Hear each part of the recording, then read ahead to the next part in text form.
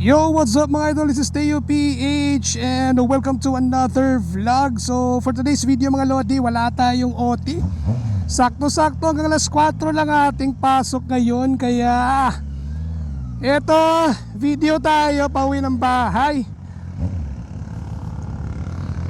So yun mga lodi, tinesting ko lang for today's video para matesting natin yung ginamit kong mic ngayon. So this is an external microphone from Insta360. So yan, nilagay ko siya sa loob ng helmet ko, naka-magnet lang, and hopefully hindi siya matanggal kasi pag kumalas to yari. So sakto yung weather natin ngayon, ay medyo uminit kanina, lakas kasi ng ulan. Tsaka hindi na ako nakapag-jacket kasi sobrang naiinitan ako eh. So since isang exit lang naman tayo, hindi na ako nag-jacket mga lodi.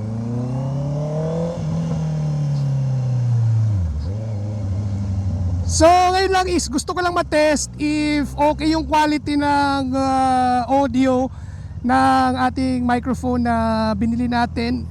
It's a external microphone from Insta360 na parang maliit lang siya, na parang botones. Actually, it's a perfect match para sa mga Insta360 na mga action cameras, especially sa mga X4, X5 na mga Insta360.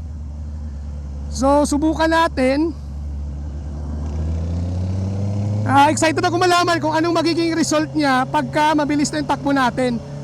So ngayon mapasok tayo sa expressway with only one exit lang. Isang exit lang naman ako.